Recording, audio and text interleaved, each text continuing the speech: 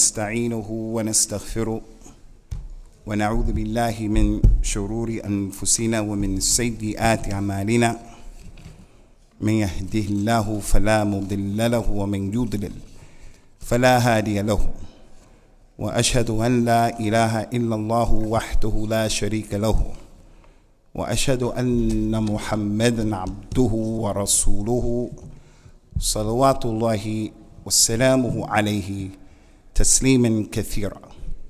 أما بعد، فإن خير الكلام كلام الله سبحانه وتعالى، وخير الهدى هدى رسول الله صلى الله عليه وعلى آله وسلم، وشر الأمور محدثاتها، وكل محدثة بدعة، وكل بدعة ضلالة، وكل ضلالة في النار. As it was announced, today's lecture in the series of Poisoned Hearts is a lecture that has been entitled by the brothers following in the footsteps of the Khawarij.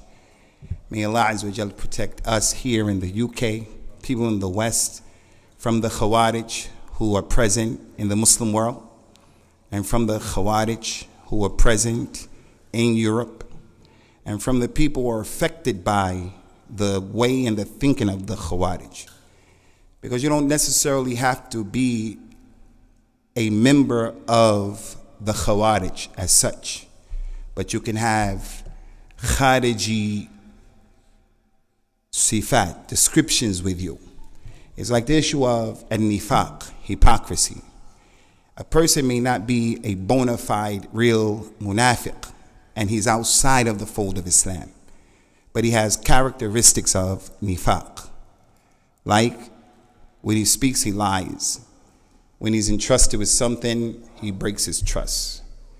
When he promises, he breaks his promise. When he argues, he becomes vulgar. When it's time for salat, he stands up to pray and he's lazy. When he prays, he doesn't think of Allah a lot. He remembers Allah just a little bit. So in this masjid, we've given a number of khutub and a number of durus specifically dealing with the descriptions of the munafiqeen. And most people have descriptions of the munafiqeen, but we're not going to say a person is a munafiq khalis. You're outside of the religion.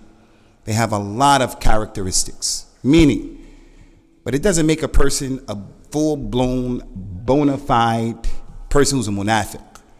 Similar to the other jama'at in al-Islam. A person, he may not be from the group of al-irja. He may not be a murji, from the murji'ah. He may not be from that group. Those people who say actions have nothing to do with al-iman.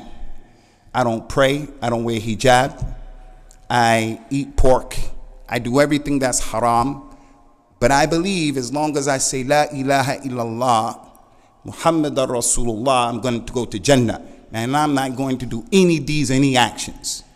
The person who says that, he may not be from the murji'ah, but that understanding of his is from the understanding of al-irja, the lady who doesn't wear hijab, and she says, I say La ilaha illallah.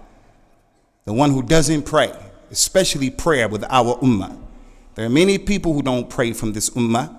The murji'ah of the opinion, you don't have to pray. Just say La ilaha illallah, and your iman is like the iman of Jibril and Mikael. Salawatullahi wa salamu alayhim.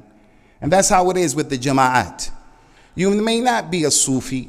You may not be a Sufi. Like I'm with the Tariqa At-Tijaniyah. You're not with those guys. Al-Burhaniyah. You're not with them. Al-Naqshbandiyah. You're not with them. But you're one of those people who you go overboard with your sheikh. You may raise your sheikh above the level of the Prophet even, sallallahu alaihi wasallam, because Al-Mustafa, sallallahu alaihi wasallam, may tell you to do this, but that's not what your sheikh says. It's not what your sheikh does. So you say, my sheikh doesn't do it. So you have a characteristic of the Sufi, and on and on and on. You may not be from the Shiite, from the Rafida. You may not be from them. But you may be a person like some of our brothers who are from Pakistan in that area, because in that area there's some Shiaism there, Tashayyu'. So some people have in their heart some type of animosity and some type of enmity towards Muawiyah, because that creeped into that area because of the Tashayyu' that's there. Muawiyah ibn Abi Sufyan radiyallahu anhu. You may not be a Shiite from the Rafida, but if you hate any companion, any one of them, you have a characteristic of the Rafida, although you may not be from Iran and Iraq.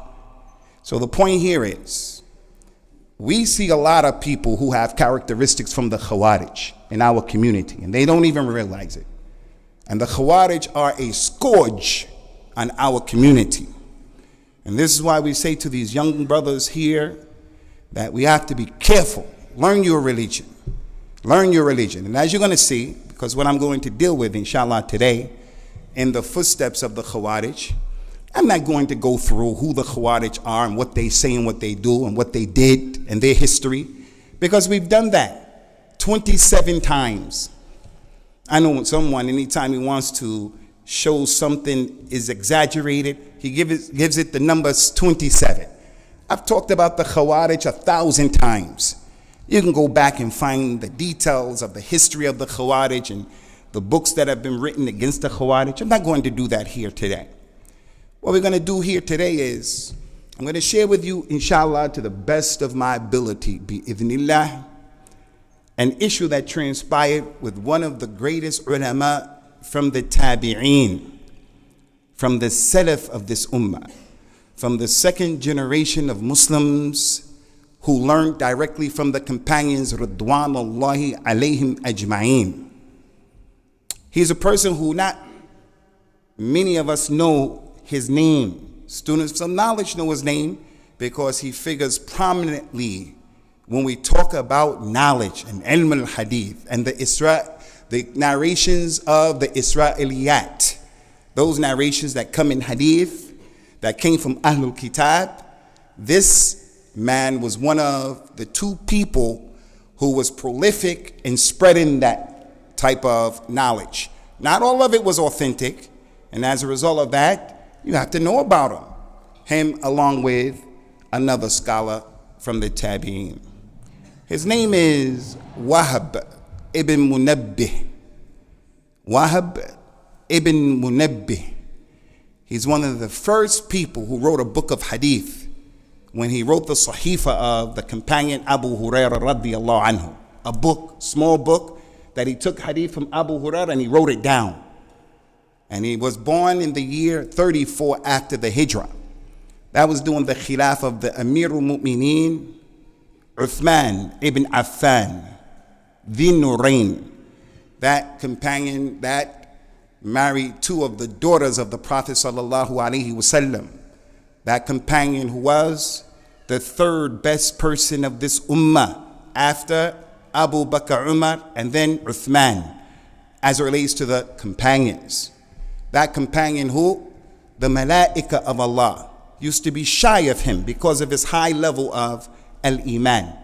Al-Imam Wahab ibn Munabbih was born in the year 34 when Uthman was the Khalifa. He grew up and he was from Yemen, from the place called Sana'a. Tremendous companion, tremendous.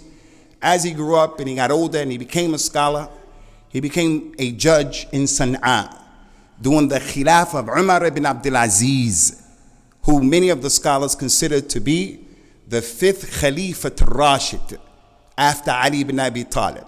Al-Imam Ahmad, Abdullah ibn Mubarak, that was their position and an opinion, that the Khulafa al-Rashidun, Abu Bakr, Umar, Uthman, Ali, and Umar ibn Abdul Aziz. Although Muawiyah is better than Umar ibn Abdul Aziz and so forth and so on. Radiyallahu anhum wa rahmatullahi alayhim ajma'in. This man, Wahab ibn Munabbih, he took from the companions. And he took from 6 of the companions who narrated the majority of the hadith. There are 8. He took from 6 of them. He took knowledge from Anas ibn Malik. He took knowledge from Jabir ibn Abdullah. He took knowledge from Abdullah ibn Abbas, knowledge from Abdullah ibn Umar. He took knowledge from Abu Sa'id al-Khudri, radiyallahu anhum ajma'in. If he didn't have any other teacher, that's nitroglycerin right there. Al-Imam Wahab ibn Munabbih, Allahu Alam, I don't want to exaggerate, but there's a saying that we have in America, and I'll share it with you to give you an idea of how much knowledge this man had because he learned from those companions. The knowledge that he forgot, was more than the knowledge all of us possess collectively. The knowledge that he forgot, more than the knowledge that we possess collectively. Because our knowledge is sathi. Our knowledge is surface knowledge. Everybody who teaches in this masjid, they come nowhere near the tabi'een and the atba', the followers of the tabi'een, and those four imams of the madahib, and those ulama of the kutub as-sitta. We don't appreciate, unfortunately, the level of knowledge that those people had back then, because we're living close to Yawmul Qiyamah, and as a result of that, knowledge is scarce, and the people don't even know that knowledge is scarce. The little kid during that time, 8, 7, Hafidh of the Qur'an. And if he wasn't Hafidh of the Qur'an, the people looked at his father like, something's wrong with you, man. What are you doing? Are you a slave or something? That your son didn't memorize the Qur'an? Now, during this time, if given a choice the Muslim has, I'm going to let my son go and study in Al-Medina or somewhere, or go to Birmingham University to get a degree in a secular science, which is nothing's wrong with that. We're going to send him to get the secular degree. I have 4 or 5 sons. The one who's really smart and intelligent, I send him to be a doctor. And the one who is not that smart, not that intelligent, I send him to go study in Islam, when it should be the other way around. The one who's intelligent should go and learn the religion so that he can help this ummah with these problems that we have. So Imam Wahab ibn Munabbih, this is a person that you should know. This is a person that you should know. Tremendous person from the Tabi'in. Al-Imam Abu Zur'a, Al-Imam Al-Nasa'i, they said he was a man who was thiqa in narrating of hadith. His ahadith are in Sahih Bukhari and Sahih Muslim. So what happened? I'm going to share with you this incident that the great scholar of al-hadith, one of the 10 people that was described as being Amirul Mu'mineen in hadith. There were only 10. That's all. Bukhari was from them. Al-Imam Ahmed was from them. Al-Imam Malik was from them. Abdullah ibn Mubarak was from them. But the one we want to talk about today, is Al-Imam Ali al-Madini, the companion of Al-Imam Ahmed. Ali al-Madini. They were always together, always. And sometimes in knowledge, they had ikhtilaf. One would say this man is okay, and the other one would say he's not okay. And they didn't hate each other when they had that ikhtilaf. They were civilized and sensible. Nonetheless, Al-Imam Ali al-Madini narrates for us this story. And he said who his sheikh was, Hisham ibn Qais. And the reason why he gave a chain of narration is because some things happen in the story that are kind of not weird, but they don't happen like this every day. But again, if we have a chain of narration and the narrators are all acceptable, then in our religion we accept that issue. Someone we know, we consider him to be truthful. He comes and he tells us right now, he just comes into the masjid and he said, hey guys, right outside at Morrison's, there's a Pepsi truck that tipped over and the soda is spilling all over the place. We're not going to say, you're lying. We're going to believe what he said, because to us, we know him to be truthful. These people back then were on another level. So Al-Imam Ali al-Madini brings his chain of narration. I'm going to do my best, inshallah, in trying to read this to you because I printed it off of the internet without reading the translation because I was rushing to get here to Birmingham.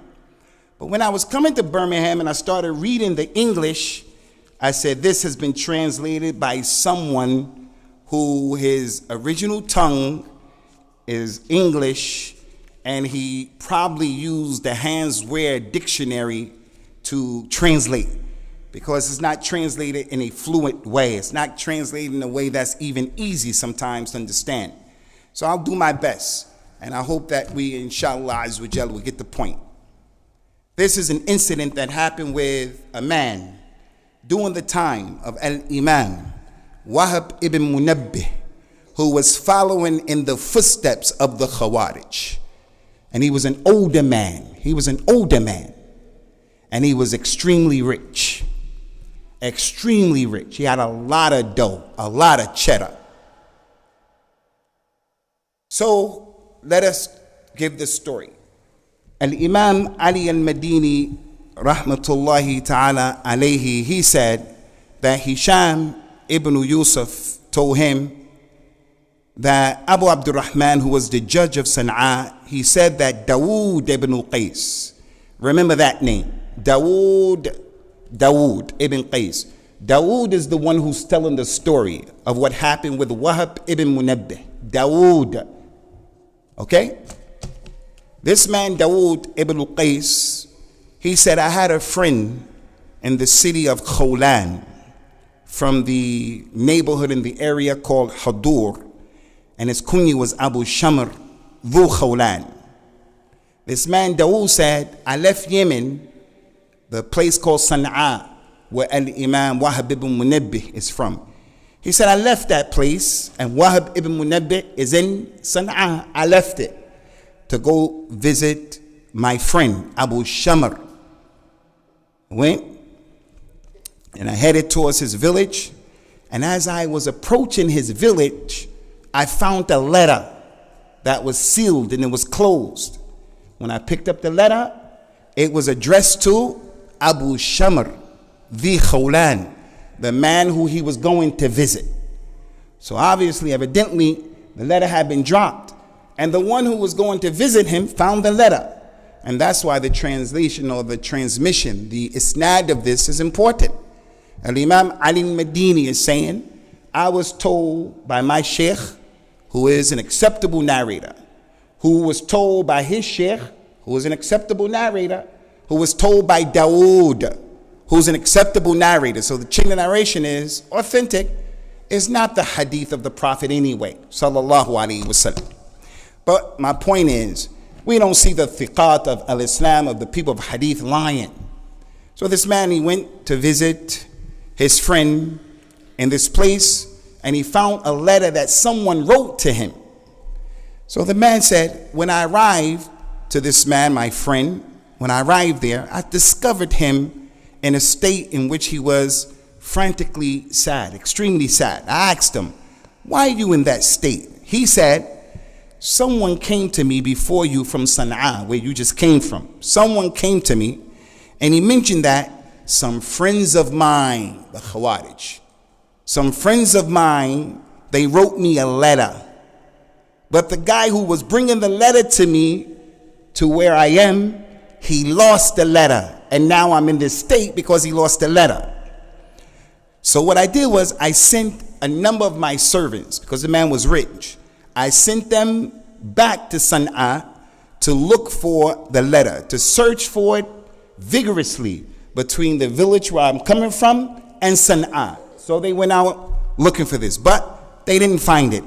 So I've become sorry as a result of that. I'm in trouble. Dawood said, I have the letter. I found the letter. I found it. The man was shocked, surprised. He said, all praise is due to Allah, who facilitated that you would find the letter.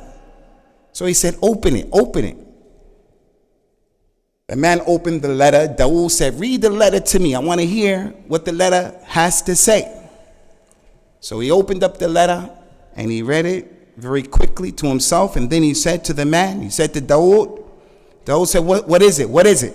He said, Darub al-a'naq. This letter is talking about hitting the necks, slicing the necks and chopping them off. That's what it's about. So Dawood, due to his experience, he said to the man, perhaps the letter was written to you by some of the hurura, and they talking to you about your zakat. The hurura is another name of the Khawarij. It is a place where a group of people were upon the Khawarij minhaj. Our mother Aisha radiallahu anha was in Medina, and a lady who lived in this place came to visit Aisha to learn from Aisha. Aisha told that lady, listen, as women, if it's that time of the month and we have our periods, akramakumullah, we abandon the salat and we abandon the fast.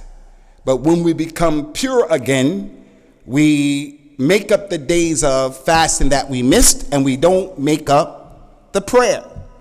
When the lady heard that from that place, and she was affected by the Khawarij, the hurura, the lady said, but al-Mu'mineen, isn't salat more important in Islam than fasting?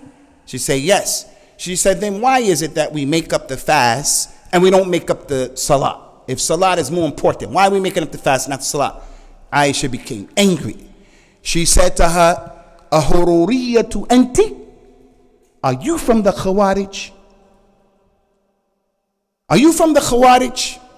And the reason why she said that, are you from the Khawarij, is Allah and the Prophet sallallahu alaihi wasallam will tell the Muslim to do this.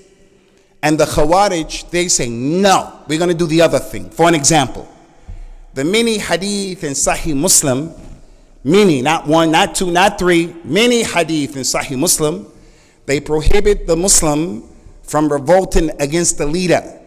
And those hadith said, even if he hits you, even if he takes your money, even if he raises other people above you who don't deserve, don't make khuruj.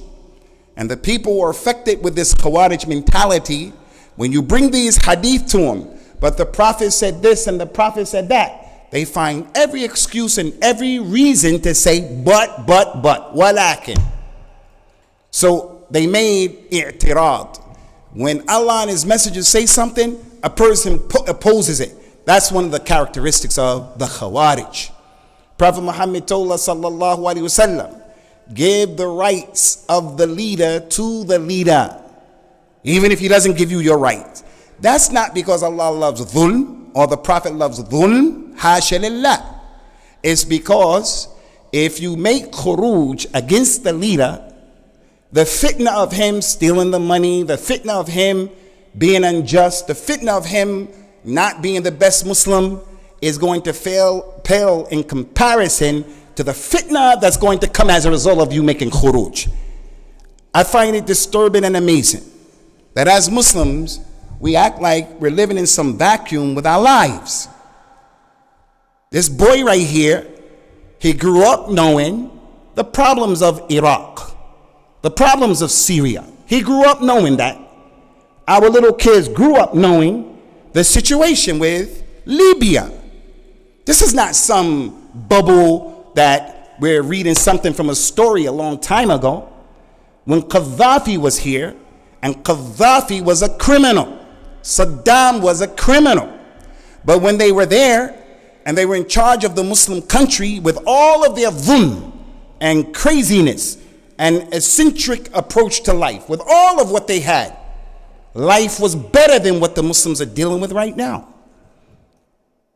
It's disturbing that I can sit here in momos and bobos and beders and meders, and I sit there eating a plate, me and my 6 ashab. We're sitting there.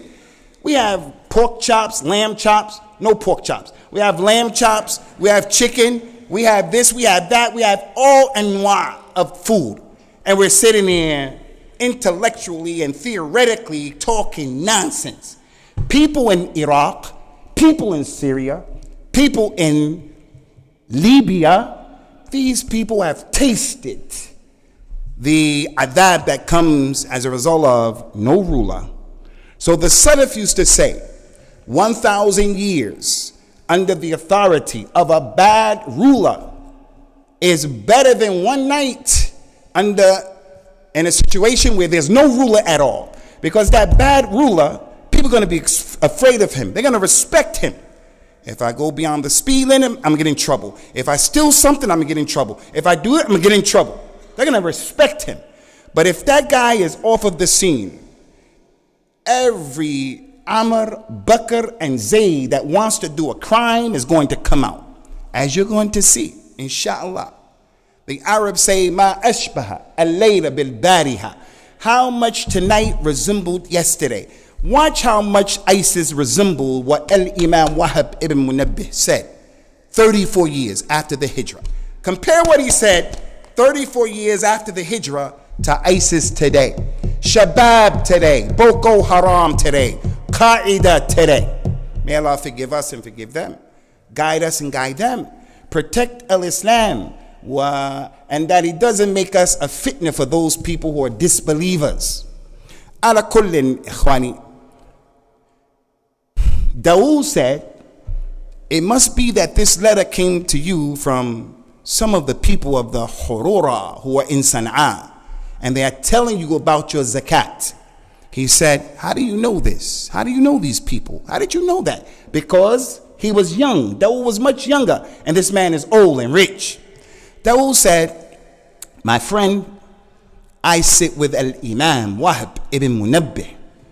And this Imam and this teacher, he tells us, hey, you youngsters who are inexperienced, be aware of the Hururiyah. Be aware of the Khawarij. And do not allow them to submit you to their devious views. For verily, they are a scourge of this ummah. The young boy and the young girl from Manchester, from Cardiff, from Liverpool, from Birmingham, from London, sneaking off without the knowledge of their parents to go to Syria to fight, Iraq to fight. Hey, young people, what is wrong with you? This is what he's telling them. So Dawood told him, this is what the Imam told us. I'm young, I'm inexperienced. And this man Dawood had knowledge too. If you look at his history and what the ulama said of him, he wasn't like our youngsters. He was a young person, but he had knowledge. Nonetheless, this is how he knew him, these Hururiyah, the Khawarij, because he was warned. And this is the benefit of knowledge and the benefit of exposing yourselves to knowledge, especially from the ulama. Listen to me, you young people. Listen to me.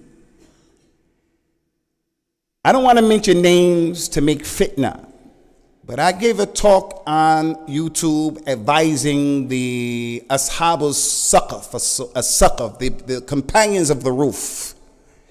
And we advise those people, hey, you guys have to relax. This is not what's going to help you or Islam or us, our dawah. But young people don't listen. And when you tell them this way that you're thinking and this way that you're talking, who's with you from the scholars? Where did you get that? And all of their understanding comes from their own ijtihad.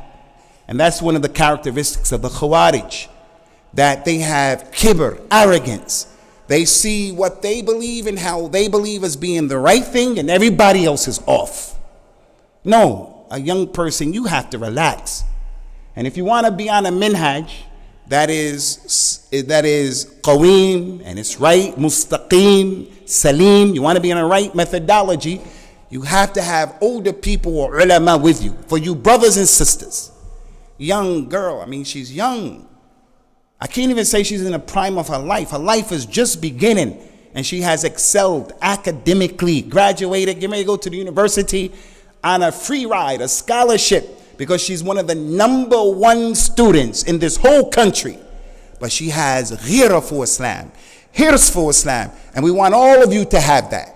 We want all of you people to be proud of your religion, you young people. We don't want you to change your name, and we don't want you to be second-class apologetic Muslims. We don't want that from you. We want you to tell people, my name is Hanifa. So my name. Don't call me Mo, don't call, and I'm a Muslim. I'm not an apologetic person. We don't want you to be like that. Not at all. We don't want you. This girl, she was like that. But who were her scholars? Who was she learning from? She was learning on her own on the internet. Internet warriors on the internet. So her desires, her emotions caused her to go to some subway underground station and stab one of the MPs who actually voted against Iraq being attacked and invaded. But somehow, some way, because he was a person who the people knew, and he's using the underground. I'm not saying that man is from the Malaika. I'm not saying he's from the awliya of Allah. I'm not saying Allah loves him. I'm not saying he loves Allah and his messenger. What I'm saying is, like that lady that was killed by that racist BNP EDL guy, that lady did a lot for Muslims and a lot for minorities, and that guy killed her for that reason. There were some people who were like that. That sister stabbed that man and tried to kill him, and Allah knows best. Is she going to regroup and get a life together? But she got in trouble as a result of that. Where did her knowledge come from? Who was she sitting with? Who was she sitting with? But our youngsters are like that, and they're existing in that cocoon. So let us finish, inshallah ta'ala. Because all I'm going to do is read the story and make some ta'liqat, and that's it. Bi-idhnillah. So what happened was, the man said, he handed Dawood the letter, and he told Dawood, you read the letter. Dawood began to read the letter. Listen to the kalam that the Khawarij wrote to this man in Sana'a.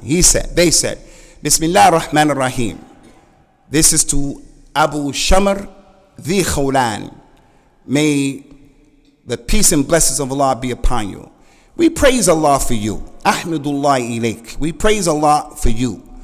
The one whom there is nothing worthy of worship except him. And we commend you to have taqwa. We advise you to fear Allah, and to fear Allah alone and only Allah, because he has no partners. Verily, the religion of Allah is sensible, and guidance is in this world. It comes from the religion. And the deen is a rescue and a success in the hereafter. The religion of Allah is obedience to Allah and indifference to those who deviate from the sunnah of the Prophet sallallahu alaihi wasallam and the Sharia.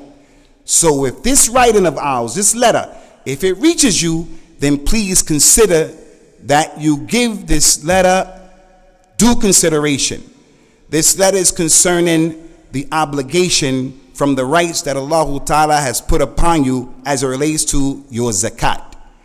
This is deserving from that, the friendship of Allah and the friendship of Allah's friends, and may the peace and blessings of Allah be upon you. This kalam, when you read it, is beautiful and it's true. If you read it in Arabic, especially.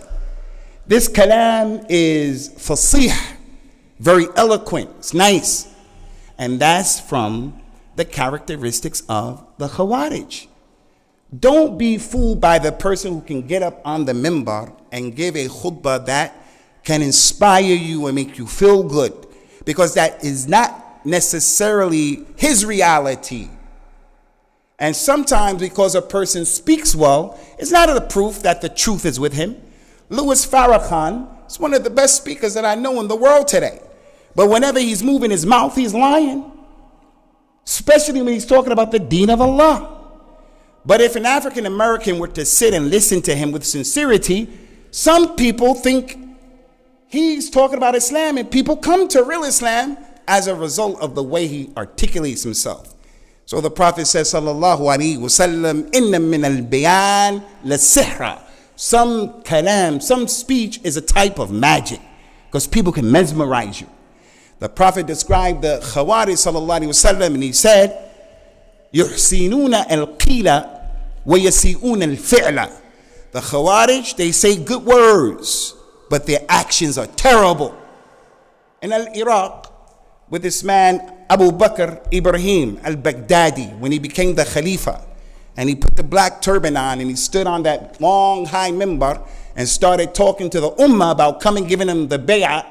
If you listen to his oration, he's a good orator, a good speaker, but his kalam is kalam farigh.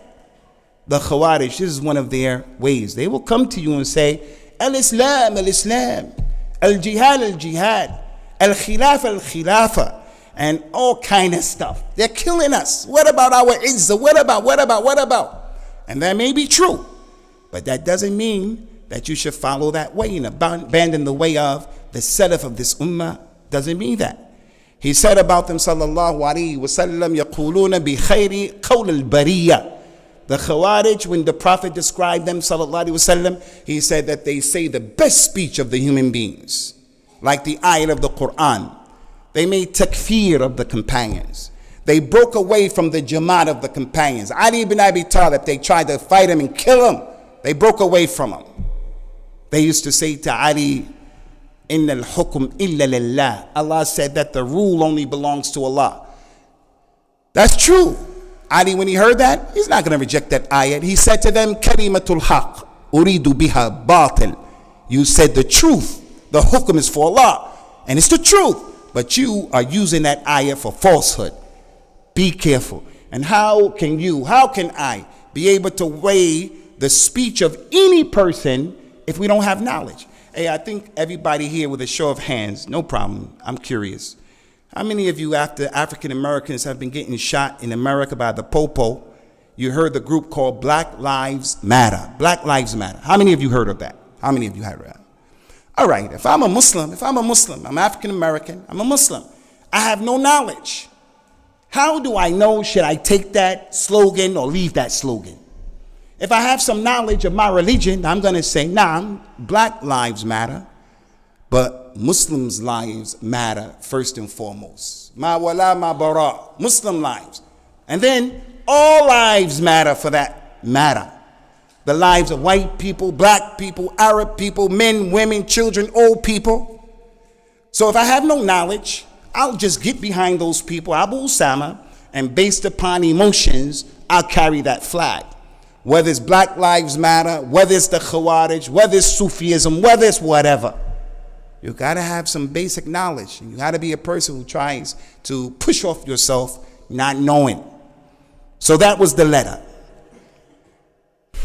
The man said to Dawood, what do you think I should do? He said, if you're asking me, I prohibit you from connecting with those Hururiya. I advise you, leave those people alone. He said to him, how can I take your advice and leave the advice of those who are older than you? I said, would you like me to take you to visit our Sheikh Wahab ibn Munabbih so that you can hear from him yourself and he can tell you about them exactly? The man said, yes. This is a shubha as well that people have. The old man said, how can I take your kalam and your youngster over the kalam of those Khawarij? Because with them are older people and you're young. So the man said, I'll take you to my Sheikh. The dalil of what's right and wrong is not the commodity and it's not the possession of any particular group. The haqq is not the property of the elders or the youngsters or the Arabs or the rich. The haqq is the property of Allah. And every Muslim, wherever it goes, wherever he finds the haqq, he has to take it. Look what happened to Al-Imam Al-Albani. He went to Al-Kuwait. While he was in Al-Kuwait, one of the students asked Al-Albani, should we read Surah Al-Fatiha behind the Imam when he's reading out loud, Fajr, Maghrib, and Isha? Should we read Al-Fatiha? He said, no. That's his opinion, no. Because there's dalil for that. The young man said, but Al-Imam Al-Bukhari said you should. Who are you? Like to say, who are you, Al-Albani? Al-Imam Al-Bukhari said you should. Al-Imam Al-Bukhari has a book called Juz Al-Qira'a Khalf Al-Imam. A book where he brings all of the dalil to say you should read behind the Imam. So when the Imam is reading, you should read.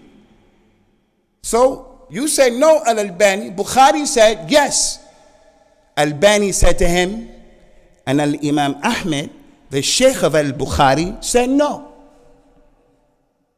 And then you can bring another one of Ahmed's Sheikh. And it is not like that.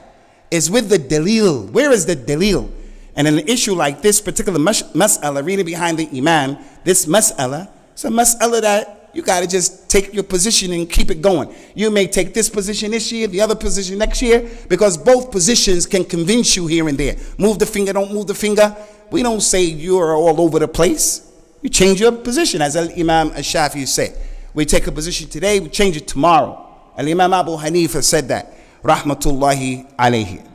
So Ikhwan al-Iman said, we went to Sana'a, and the man came with me. We left early in the morning so as to bring him to make sure we would catch the Sheikh Wahab ibn Munabbih. When we arrived there, we found in the presence of the majlis of Wahab ibn Munabbih some people. We entered and we discovered that they were already there. Some people were in his company. So these people asked us before we talked to the Imam. He asked me, Dawood, who is this man with you? Who is he? They said, this is Abu Shamr, Dhu Khawlan. He comes from Hudur. I came with him here to see the Imam. He has a special request for Abu Abdullah Wahab ibn Munabbih. They said, why don't he tell us what his issue is? Because they're trying to save the Sheikh from having to deal with everybody. Maybe we know the answer. Why don't he tell us and we'll deal with it? Dawood said, nah, it is a request that he wants to consult with the Imam himself about a personal matter. So the people got up and they left. At that time, he went and Wahab ibn Munabbih said, welcome. What is it that you need, O Dhu Khawlan? How can I help you? So the man was respectful towards Wahab ibn Munabbih. He had haiba. The scholars, some of the du'at I find are joking too much these days. The dawah has become a joke. The dawah has become Hollywood. So I mean, why don't we come together, guys, and everybody give me 50 pounds, 100 pounds, 20 pounds. I become a director and I make a movie trying to guide the Muslims to Islam. I let this little man, he'll play a role. This one is a criminal. That one's a drug dealer. That one with this one, that one, he's a highway robber. And I write a script where everybody makes Tawbah at the end. And then we all go up to Al-Jannah. And then the people were sitting there who watched the movie, they say, MashaAllah, MashaAllah. That was powerful. It's a joke. This is not knowledge. It's not going to help our community. It's entertainment. I come before the community and all I do is joke and we just laugh and we get up and people say, MashaAllah, that was a wonderful talk. But if you give the people a knowledge-based talk, knowledge-based, real knowledge, we don't want to come, we don't want to listen. Anyway, the man was respectful towards Wahab ibn Munabbih, the scholar in front of him. He was stuttering, couldn't speak, couldn't articulate himself. So as a result of that, Wahab ibn Munabbih said to Dawood, speak on behalf of your friend. What's the situation? I don't have all time to see all day to sit here. What's his situation? So Dawood began to talk. He said, okay, Abu Abdullah, verily Dhu Khawlan is from the people of Qur'an and goodwill, as far as I know. And Allah knows best about that which is hidden. This is important, ikhwani. When you praise people, someone you like, say, he's a good brother. Ahsabuhu kadhalik. Wallahu hasibuhu. I think he's like that and Allah knows best. The man came to Umar doing his khilafah. And the man walked by Umar. The man said, Ya Amirul Mu'mineen, you see that man over there walking? He said, yes. He said, you should put him and give him a job in your cabinet somewhere, because that is a good man right there. Umar said, not Prophet Muhammad sallallahu alaihi wasallam. Umar, did you travel with him? No. Did you do business with him? No. Did you eat with him? No. Did you sleep with him? No. He said, then you don't know that man. Maybe you just saw him in the masjid making ruku' and sajda, so you say he's a good man. You don't really know that guy. You lend him some money and then you see how he becomes. You sit down and go to Momo's, Bobo's, Beddar's, and you sit down with that food and you see how much he eats. Meaning, he's going to eat more than everybody and not worry about anybody but himself. So, when you praise people, say Wallahu A'lam and Allah is his hasib. He said, so I see this man as being from the Qur'an and good well. As far as I know, and Allah knows best about his hidden situation. He told me that he has met some people from the Hurura there in Sana'a, and they had written him a letter. And in that letter, they said to him, the zakat that you pay to the leader of the Muslims, Dhu Khawlan, rich man, with slaves that he sent to go look for the letter. They wrote him and told him, you know that zakat you have to give every year? When you give it to the Muslim leader, you don't get any reward for it.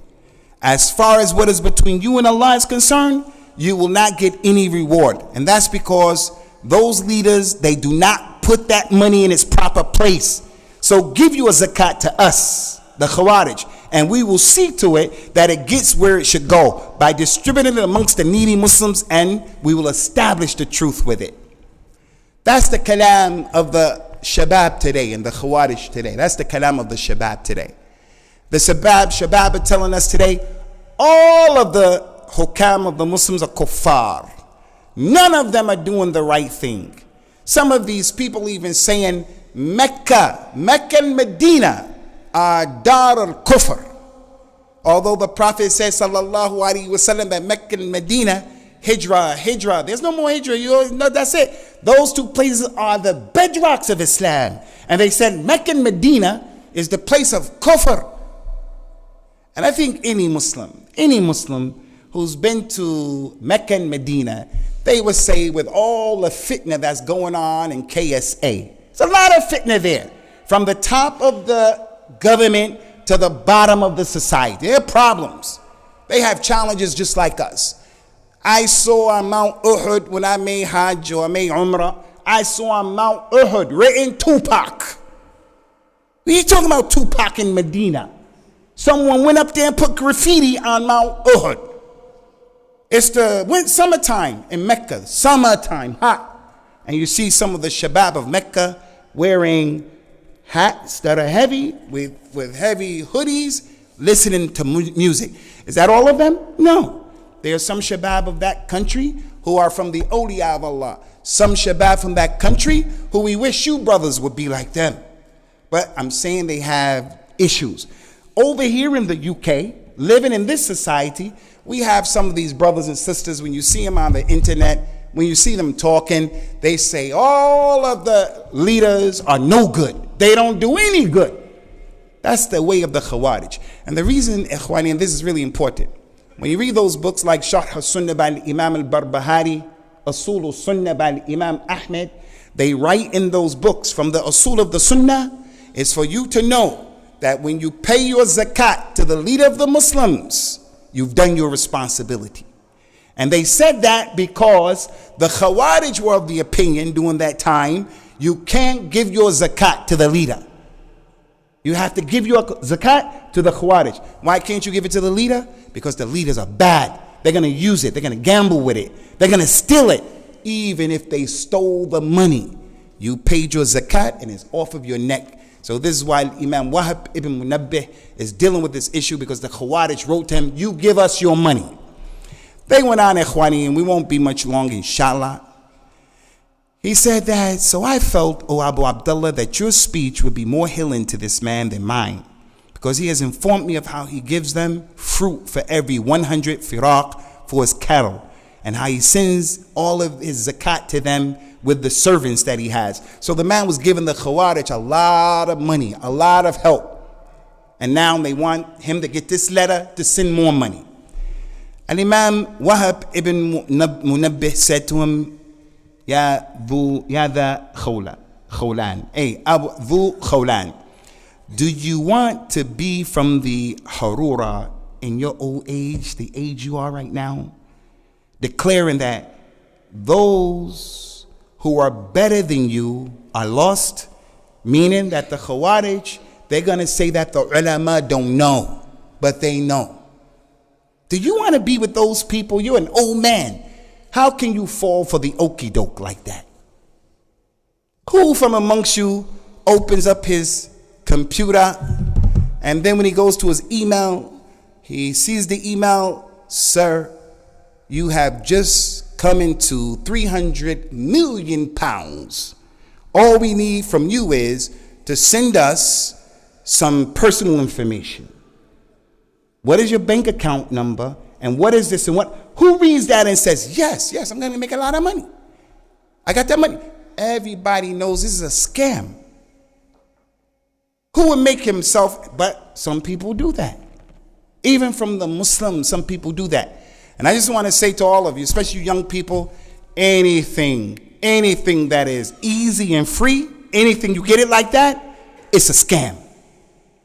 Anytime you hear someone come and tell you you're going to make a whole lot of money and all you have to do is wiggle your finger or something like that, don't believe it. It's too good to be true. Too good. But this is the society that we're living in like that. So he asked the man, the Khawarij are a group of people, the Prophet described them, he said about them, sallallahu alaihi wasallam, hudathal asnam, sufahal ahlam. They are young in their age, and they are crazy in the way that they understand things. You're not going to find, as I mentioned to you people, you're not going to find 65, 70-year-old person. You're not going to find him doing these things that the Khawarij do, put a bomb on himself and blow people up. They're not going to do that. Because the 60-year-old man, even if he doesn't have a lot of knowledge, he knows that's not right. He doesn't have to have a lot of knowledge to know that that's not right. 16, 17, 20, 21, 25, he's pumped up. He's pumped up. Haris, he doesn't know. So he asked him, you want to be from the Hururiyah, from the Khawarij, in your old age? He went on to mention to him, what will you say tomorrow to Allah when you meet him? And he asked you, why are you from the Khawarij talking about and criticizing those people who are better than you? You know your situation. You don't know anything about the religion. Usamah, you don't know it. And you're talking about the scholars of Islam are scholars for dollars and they don't know what they're talking about. But you know what you're talking about. You and your crew. He went on to mention, Ikhwani barakallahu fikum, he who you testified against, Allah has attested to the faith of that individual. And he who you have attested to his disbelief, Allah has established his belief. Allah has witnessed the guidance of these people who you've witnessed their deviance. So where do you fall in your opinion and in your testimonies when they are contrary to Allah's decree and testimony? Meaning again, there are some people who will come and say, this brother is an innovator. And that brother is not an innovator. But he swears what he is saying is true and he really believes that. He really believes that. And that's how the Khawarij are. You're a kafir, but he's a Muslim. And he may be a Muslim better than you. He is a scholar, but the Khawarij, the youngsters say, he's a kafir. We have to relax, ikhwan. This is the month of Ramadan, inshallah, coming up soon. Prophet Muhammad told the people, sallallahu alaihi wasallam, that Jibril came to him and he said, Ragim anf man adraka Ramadan wa lam yughfar lahu. May his nose be put in the mud. May he be put down. The one who Ramadan comes and it goes, and then he wasn't forgiven. When we hear a hadith like that, we heard it every year. That means that everybody here has to say, those are the words of the Prophet. Who made dua against you? The one who was the Sayyid of Bani Adam. The Khair Abna Adam. He made dua against you. So it's not a small thing. It's a big thing when your mother, your father, grandmother, grandfather, when they make dua against you. It's a big thing when your neighbor make dua against you. Now, if someone you don't know, road rage, they make dua against you, okay, you don't know them. And it's still dangerous, but that's your mother, that's your father. The Muslim has to be like, man, this ain't no joke. My mother, my father said that. That ain't no joke. How are you going to be Yawmul Qiyamah standing before Allah and you throwing people outside of the religion? You an innovator. And if the person were to sit with you, you can't articulate why. You're just following your desires. So the man, Wahab ibn Munabbih, tried to bring this to the man's attention. He said, tell me, Dhu Khawlan, what would you say and what can I say to you? At that moment, he began to talk. He said to Wahab, these people, they order me not to be charitable to anyone who doesn't agree with them, and not to seek the forgiveness of anyone who doesn't agree with them. Now this is really serious right here. What do you have to say? He said, well, I'm going to tell you, those people wrote me the letter, the Khawarij, these people who I've been dealing with, they command me, I can only give my money to them. And they command me, anyone who doesn't agree with them, don't ask forgiveness for that person. They call that hizbiyah. Hizbiyah. If you don't come to our masjid, then you are hizbi and you're not with us. If you don't take our sheikh, then you are hizbi and you're not with us. And don't ask for forgiveness for anybody else. When Wahab ibn Munabbih heard that, he found it really strange. He said to the man, you are right. This is how they are. And this is the phony love that they have and that they show people. He said, as for their statement about your zakat, it has reached me that the Prophet ﷺ once mentioned the story of the lady who came from Yemen, where we're at. And that lady, she had a kitten, and the kitten died because the lady didn't give the kitten any food, nor did she leave the kitten to go out to eat from the dirt of the earth, or from the insects of the earth. So I want to ask you this question about this thing about your zakat that they said. Here is a lady went to the hellfire because of a kitten.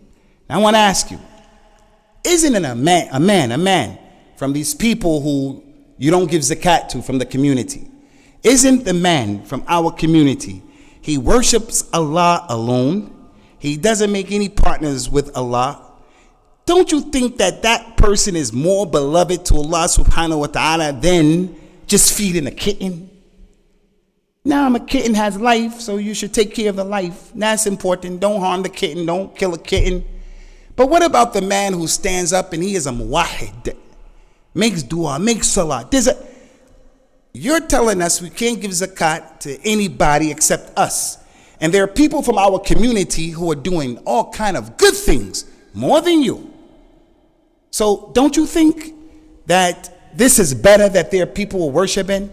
And then he read to him the statement of Allah subhanahu wa ta'ala, إِنَّمَا نُطْعِمُكُمْ لِوَجْهِ اللَّهِ لَا نُرِيدُ مِنْكُمْ جَزَاءً وَلَا شَكُورًا إِنَّا نَخَافُ مِنْ رَبِّنَا يَوْمًا عَبُوسًا قَمْطَرِيرًا. There are those people from the community who give zakat, they give sadaqah, they feed people food, and they tell the people they give the food to, we don't want any reward from you. And the people who they feed from the food, sometimes they're kuffar, they're not even Muslims. So the point here is, how can this ayah talk about the people who feed non-Muslims as sadaqah, and these people are telling them, you cannot do this with the regular Muslims? So he gave them that particular ayah. In the actual book, Ikhwani, he went through a lot of ayahs. I'm not going to go through that ayah because the point is already made with the ayah that he mentioned. He went on to mention, nor would Allah cease to distribute and disperse these attributes which he prepared for these people in the bounty in paradise, because the ayat mentions many things that they get. He went to say, as for the saying of the Khawarij, don't seek refuge for those who disagree with us, don't ask Allah for istighfar. He said, I want to ask you, are these Khawarij better than the Malaika? He said, don't you know that the Malaika, Allah said about the Malaika, وَالْمَلَائِكَةُ يُسَبِّحُونَ بِحَمْدِهِ وَيَسْتَغْفِرُونَ لِلَّذِينَ آمَنُوا وَيَسْتَغْفِرُونَ لِمَنْ فِي الْأَرْضِ. The Malaika, they worship Allah and they praise Allah and they ask Allah to forgive those who are in the earth. So the Malaika are making dua for everybody, and these people are thinking and telling you, you can't make dua for anybody but the people from your group. Are they better than Malaika? He brought a lot of ayat that also show that. وَالَّذِينَ, as Allah said, وَالَّذِينَ يَحْمِلُونَ الْعَرْشِ وَمَنْ حَوْلَهُ يُسَبِّحُونَ بِحَمْدِهِ وَيَسْتَغْفِرُونَ لِلَّذِينَ آمَنُوا. Another ayat. There are many ayats. Those malaika that carry Allah's throne, the hamalat al-arsh, and those other malaika who are around the throne, the ones who carry the arsh are tremendous. Allah said that they glorify Allah and they praise Allah and they ask Allah to forgive those people who believe. So how is it that these people can tell you only ask Allah to forgive the ones who are with us, but don't ask Allah to forgive the other people. I saw a text message I want to bring to your attention, especially that Ramadan is coming, inshallah. Someone brought the population of the Muslims. I don't know how many Muslims there are, but let's say there are 2.3 billion Muslims in the earth. I don't know what the number is. Whatever the census say, this is how many Muslims, this person said, this is how many Muslims are on the face of the earth. And then they brought an authentic hadith. Prophet Muhammad, he says, sallallahu alaihi wasallam, anyone who makes istighfar and he asks Allah to forgive the Muslims, he will get a sadaqah and a reward for every single Muslim that exists. So when you make dua in Ramadan or other than Ramadan and you say, oh Allah, forgive me, forgive my mother, forgive my family, forgive this, forgive all of the Muslims, that's 3.2 billion hasana. That's an intelligent text message. That's encouraging you to do right. Don't be fooled by this kalam of the Khawarij or any group. Only have love for our group and no love for other Muslims. And we have quite a few people who are on that stuff. We're jumping from here, Ikhwani, because we're almost done. He said, by Allah, the Khawarij, they were never a Jama'at. They were never united. Like all of them were never united. They were always split up. He said they were never united except that Allah split them into their worst condition. Nor has any of them opened his mouth except that Allah put him down and smote his neck. Never has this ummah united under a man from the Khawarij. And this is important. Never in the history of Al-Islam was a person who was the Khawarij from the Khawarij the leader of the whole Muslims. Never did that happen. And that's because those things like that, they don't happen because they lead to the destruction of Al-Islam. Yes, sometimes the Khawarij get power over there, they get power over here, but they never become responsible for all of the Muslims. Listen to this. Al-Imam Wahab ibn Munabbih, he said, if Allah had given the Khawarij authority in the world, then the world would certainly become corrupted. The roads would become closed. The pilgrimage to Hajj would stop. What was once Islam, it will end, and Jahiliyyah and ignorance will begin. Until the people wind up beseeching the mountaintops. If the Khawarij were in charge, the people going to go to live up in the mountains. And at that time, there will arise 10 or 20 men from amongst them. Each one of those 10 or 20 men will claim that he's the Khalifa. And each one of them will possess a number of other men who fight with them, and they will begin to fight each other. Because they don't accept the Khilafah call of anyone except themselves, so they wind up fighting each other while they're fighting the other Muslims. He went on to mention, a believing man from our community will become fearful for himself. He'll become fearful for his religion, fearful for his blood, fearful for his family, fearful for his money, not knowing where he will be or with whom he will be with. And that's their reality. What time is the adhan for Salat al-Isha? 10 o'clock.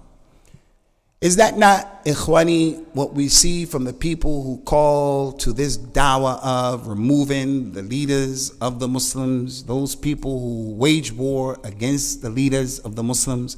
And we're not saying that the leaders of the Muslims are from those who are the best that this ummah has to offer. We say that they are there and there's a way to deal with them. And the way of the Khawarij is not the way to deal with them, because the way of the Khawarij, when they start doing things, roads close down, safety stops existing, Hajj is coming in a few months. You're not going to Hajj if you're from Iraq, if you're from Libya. You're not going to Hajj. In Somalia with the Shabab, people get blown up, security starts to get compromised. It affects the quality of the life of the people. It becomes drama. If they ever became in control of the situation, we'll just have these examples. You take your finger, as I said a number of times, put it on the Arab map and the Arab world, put it on the Muslim world, and look at all of that blood that's being shed. The blood that they shed is far worse than the blood of the leaders that they're trying to get rid of. And then when the leaders go after them, the door is open for the non-Muslims now to come and get involved and to put our countries and our communities overseas, especially back 20,000 years. Islam in Europe was spreading like wildfire. Now, because of this scourge of takfir and the Khawarij mentality, Islam is going back. They want to ban the niqab.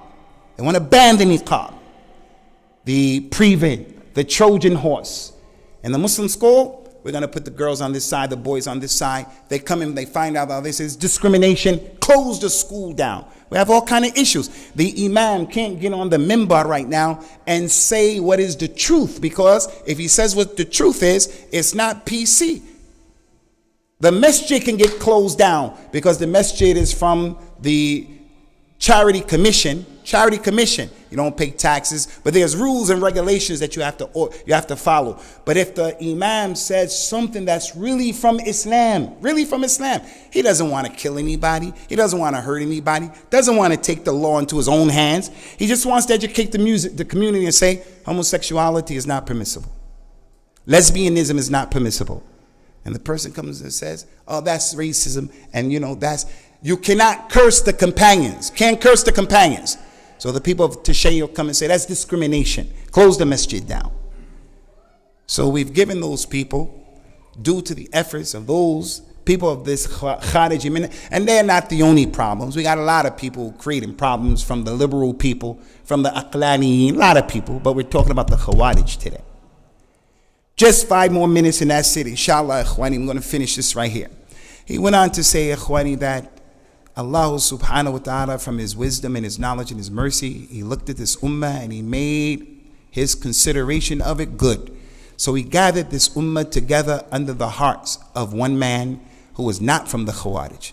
So Allah injected into that man the blood of the community, and he covered the community with children. He covered the community with that man and their children with that man.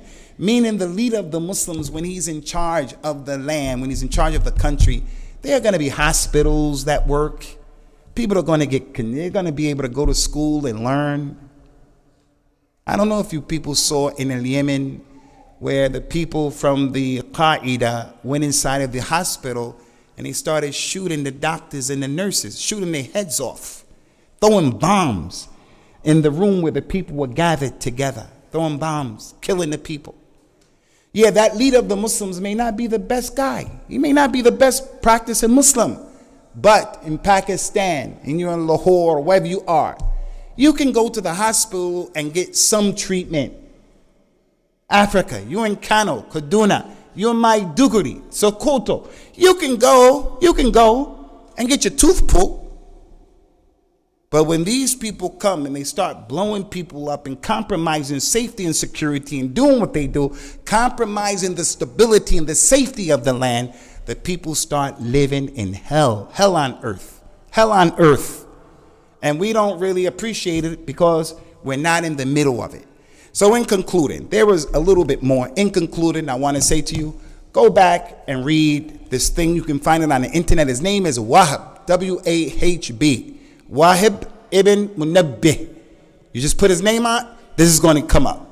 Second thing that I want to mention is he started to talk in this thing about what I didn't read, how if the way of the Khawarij was the right way, then for sure Allah would have given them superiority in the earth. He would have given some, at some point in time, they would have been superior, because Allah has promised the Muslims in the Qur'an, if you do righteous deeds and you do right, you believe in the correct way, Allah will establish you in the earth. Many ayat like that. Allah sent his religion, the guidance of truth, to proclaim it over every other religion. But everybody is messing up in our community. The Khawarij are not from the awliya of Allah. If they were from the awliya of Allah, Allah would give them a nasr, because he swore he's going to help his prophets, his messengers, and those who believe with them. But our whole ummah, we are falling short of our responsibilities. And as a result of that, We lost that place of supremacy that we used to have, that Allah gave to the people before us, because they did the right thing. We got away from that. Now we're suffering. We're suffering. Now, if the Khawarij were really these religious people who want to establish Islam, Allah doesn't want to help them to establish their religion.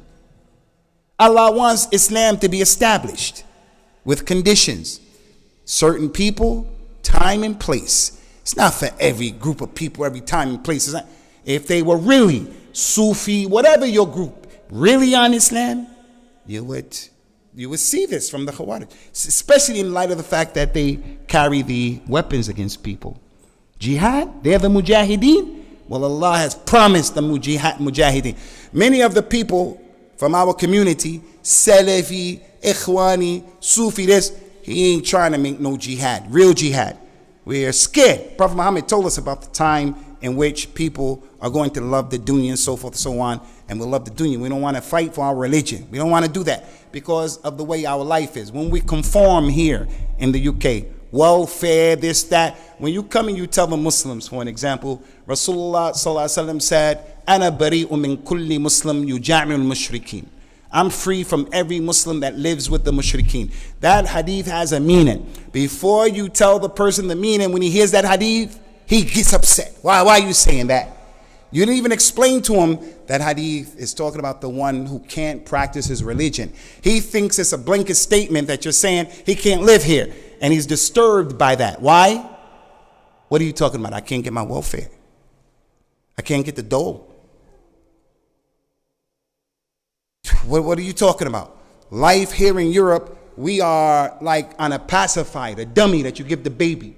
And that's how it is. And then I'm going to get up here on the minbar, me, and I'm going to say, hey, Ikhwani, jihad, the hukam, this, that. And in my house, I got every kind of haram thing going on in my house with the TV and everything that is diametrically opposed to Islam.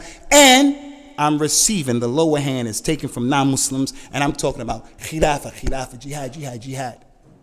And those are the worst types of the Khawarij. Those people who sit down and they're theoretic and they don't do anything. And Imam Ibn Hajar, he said the Qa'idi are the worst ones. The ones who sit down and they just have kalam. So for you youngsters, in concluding, we implore you to slow down. Don't throw your lives away. Get educated. Do what you can to help your families, to help yourself, inshallah, moving towards the future. And avoid the kalam, physical speech that you hear with your ears. Avoid the kalam that you see with your eyes. And stick with the scholars of al-Islam. And don't stick with the people who, way back then, Wahab ibn Munabbih gave them the example. Don't misunderstand what I'm saying. I'm not saying the hukam or the awliya. We're not talking about that. What we're talking about is there's a way to deal with this situation, and it is with knowledge and with the way the Prophet showed us. هذا وصلى الله وسلم وبارك على نبينا وعلى آله وصحبه أجمعين. What time is it? 10 o'clock?